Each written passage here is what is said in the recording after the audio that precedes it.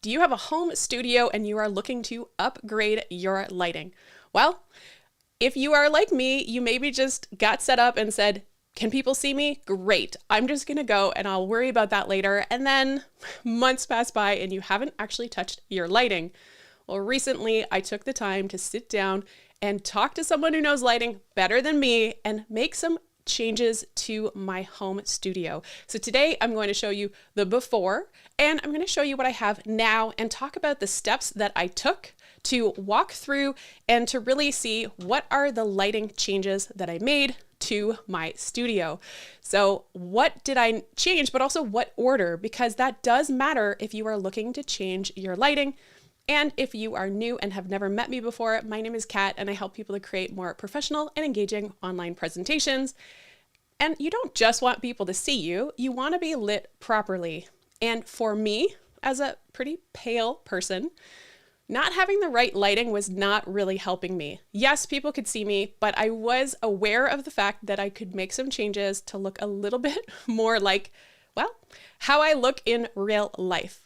So without further ado, let's take a look at a picture from the before. So I took this screenshot from the video of my studio tour, in which I actually addressed the fact that having the blinds right behind my computer with no curtains is actually not a good thing. So I wasn't able to fully control the light in my room because I was using these blinds instead of having curtains.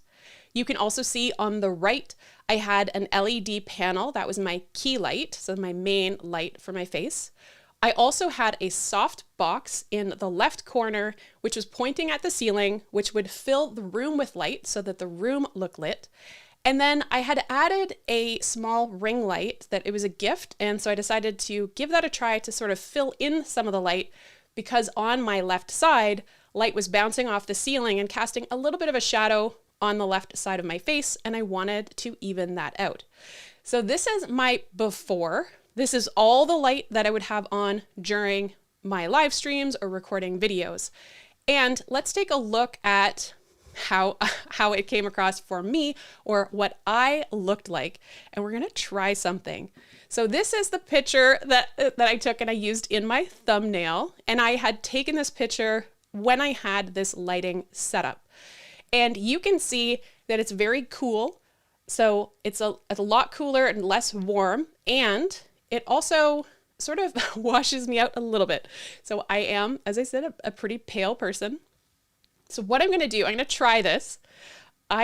This is a picture and I'm going to scroll. So we're going to try this. I'm going to move the picture just slightly and then I'm going to, this should be fun if it works. Okay, wait, will this work? There we go. I'm doing this live. Here, we're going to scroll this picture so that you can kind of see, this is the before and after. So you can actually see the difference in the tone. This is the cool, the before, and then this is what we have now. And this is actually more of a reflection of what my room looks like. Let's do it one more time because this is kind of fun. Rolling back over with this photo. So you'll notice a few differences aside from the tone. You'll also notice that I changed the photos, and that's because of the lighting. And if we look before, I lied, I'm doing it again. You can actually see that in the photo, nearest to the clock, that the light is actually bouncing off of that. And that is a problem. I don't have any glass in those photos, but if we take a look now, I have reduced some of the bouncing, but it is actually happening over my other shoulder. So I'm just gonna go to the next scene here and get rid of that. I don't know if you enjoyed that scroll. I thought that was kind of fun. So let's talk about some of the changes that I made. And yes, I can address the fact that over the shoulder, there's still a little bit of light bouncing. What I will ultimately probably do is change up what I have in the background, but baby steps, baby steps. So let's take a look at now. Here we have the lights, and this is what it looks like in front of me. So I'll show you in front of me, and then we'll show you over my shoulder because I have a few different ones here. So the first thing I did was to order curtains. That was the very first thing I did. And this is live, so I can actually interact. This is not a photo. So first thing I did was I ordered these curtains, and I actually picked a color that I thought would be nice for the room. Because I'm going to be facing this direction, I didn't want to have really, really dark curtains, but these are actually blackout curtains. And one of the nice things about them is I got the blackout rod, which means that over in this corner, it turns all the way around, actually on both sides. And so then the curtain can actually go almost completely flush. You can see that there's a little bit of light kind of peeking out, but it's really not much. And these were very simple. Now I chose the light gray because that was the color that I wanted to choose. However, the light gray ended up being a really nice decision because I ended up being able to bounce the light, which was not my intention. But once I had picked those curtains, then my friend Greg, who was kind enough to help me, said, you know what, they actually would make a good backdrop. You can turn the lights. So if we take a look again at these lights, this light here, that's the same one. So this is the LED, it's from Godox, and it's an adjustable light, both temperature, you can go warm or cool, and the amount of light that's coming out, so the brightness. So what we did is same stand, we just turned it around. So it used to face me and then I turned it around to see what that would do. The next thing we did, because this was not here, I did not have this light yet, I took the ring light and turned that around and saw what the difference was. Now, one of the main things with that is that those lights were different temperatures. I could not adjust the ring light the same way that I could with this main LED light. So the decision was made that it was probably in my best interest to get a second exact same light. So what I really ended up doing is ordering a second of the exact same one so that I could be assured that the temperature could be the same and that the amount of light coming out could actually be set the same. And then it bounces off very softly. So everything you are seeing on my face, that is coming from those two lights bouncing off of the light gray curtains and then landing on my face. So the result is that it's softer because I did used to have kind of hot spots on my face. So it was having the lights directly on me would have that happen. I don't have a lot of room to push them further back. And I think at the time I had it as low as it would possibly go. This allows me a lot more control and a softer look. So I think it fills me in nicely. I don't know. Does that, anyway. So that's the first thing that we changed, or the first thing that I wanted to share. So now let's take a look at a wider shot of my room, which I don't usually show. So here you can see that this has, so you can see my bookcase, which typically I like to hide. It also has my door, which I typically like to hide. However, I'm purposely showing you this because I want to show that I added 2 additional lights. So here, this is the first one. This light is filling the light in the room. So I have it bouncing off of the ceiling and sort of filling the room, and it does have some shadows. So behind me, you can see that there is a bit of a shadow beside the bookcase, but that's natural. Shadows happen. And I think it's a soft enough shadow. So we played around with the light to see, okay, how does that look? What does that look like? And then this second one here, this is a hair light. So you can actually see it bouncing off of my silver hair. And yes, this is my hair. Some people have asked me recently if I chose it, if I dyed it, but no. So you can, and actually it shows how much more silver I have in my hair.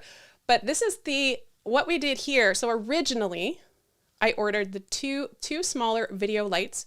They're also from Godox, and you can see in the description of this video, I do have a link to my gear guide. I have added these lights so you can see the exact lights that I'm using, but they are video lights, meaning they're not going to flicker and they will work well on video. So the first thing I did was clamped this small one here to the bookcase. And I originally just had this, I tried putting this second light on here, like just kind of, I had it sitting here pointing at me. But what I found is that that was actually hitting me at a harsher angle. So it was hitting my face, then my face had a hot spot on the side of it.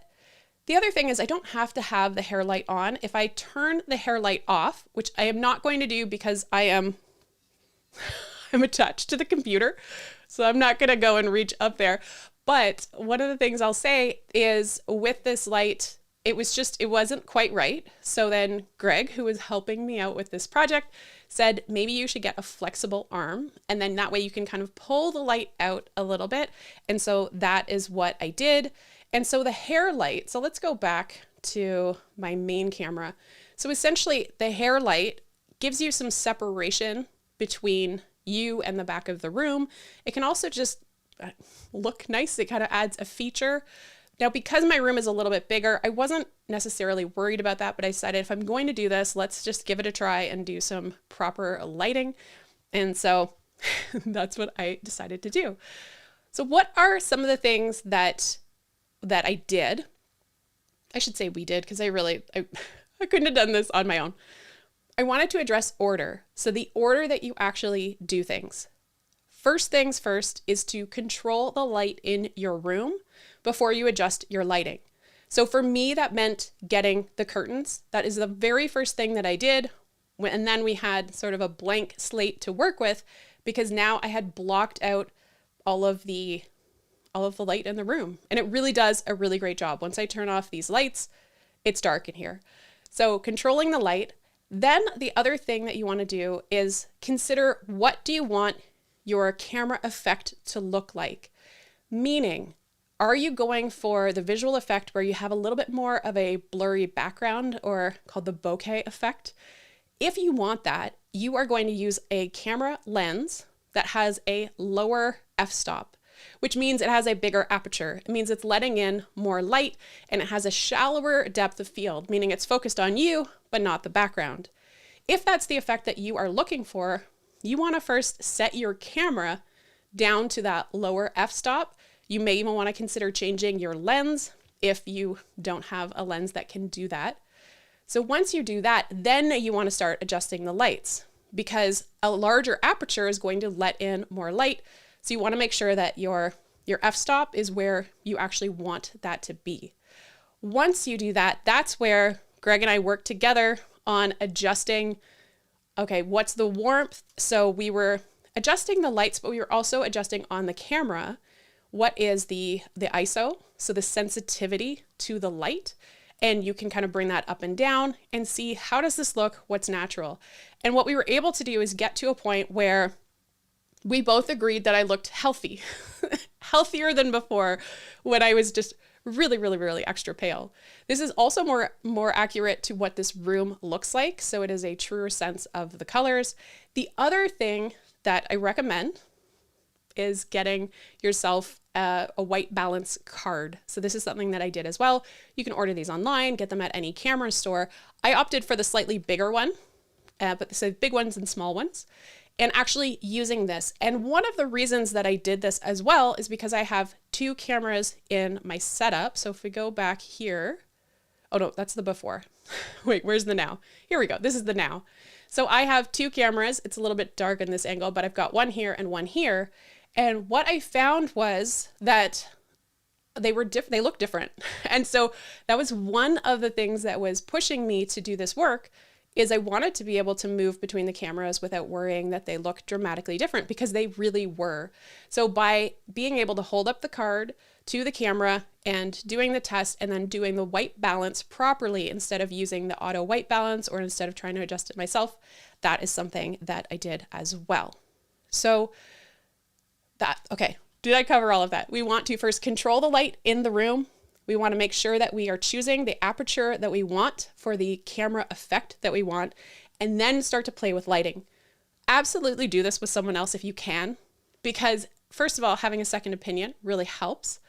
But also, if you can do this, I was on my own, so I was actually running kind of back and forth behind the camera, which if you have a teleprompter, it does make it awkward. And that was one of the drawbacks to me actually doing this earlier, because getting back there on my own was confusing. I couldn't see what was going on. So every time I adjusted that, I would be able to get some feedback. If I could, I would probably have a person in here who could actually be behind the camera and making those adjustments so that I can see myself and we can actually just see those in real time. But running back and forth did actually work. It just was less than ideal. And we did this remotely. So this was done over Zoom. this is not necessarily the highest resolution for the video, but it was enough that we could tell the difference between when did I look healthy, when was it too warm, when was it too cool, and so doing those things together. So those are some of the things that I would definitely recommend that you do, and do that in that order. The other thing I would recommend is to just not start with what you have, because at the end of the day, I still stand by the fact that if people can see you and they can hear you, then great, get out there, teach, do your thing.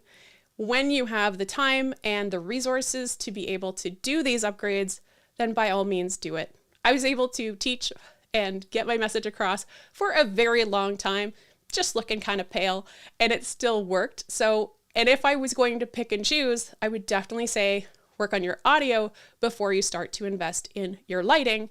But hopefully this gives you some things to think about. The other thing I'll say, if we go back to my lights here, is that this can be done against a wall. So if you're finding that you have harsh hot spots on your face, or that you can't dim your light, or you can only dim it to a certain degree, that is where I would say try turning the lights around, try bouncing those lights off of different surfaces. And I do think that that can make a difference. And I would say the hair light is probably the last thing. So if you're just trying to focus your budget, I would say make sure that you look at lighting that you like, and for you, I should say, lighting for the front, and make sure that the room has some light. And then you can also then later kind of add those things on. And I really do like, if we go back to this wide shot, it was nice and affordable to have the flexible clamp. So the flexible clamp could also work for lighting the room or kind of getting to different areas. So what do you already have? What can you already work with? Maybe it's to your bookshelf. Maybe it's a lighting stand. Oh, and the other thing I will say, because I didn't address this light is on an actual lighting stand. So this is on its own on the ground. This one here, this is actually the Elgato Master Mount and Flex Arm. These are attached directly to my desk. And so all of that has been updated into my gear guide, which I am going to, it is linked below, but I know that I have, here we go. If you want to check out all of the stuff that I have in my studio that is currently in use, and some of the stuff that is less frequently or no longer in use, it's all on here, which is go.catmelvahill.com/gear. So was this helpful? Was this not helpful? I really hope that some of the things that I shared with you today are things that you can take into consideration if you are looking to do a little home studio lighting upgrade so you can have more professional and engaging online presentations.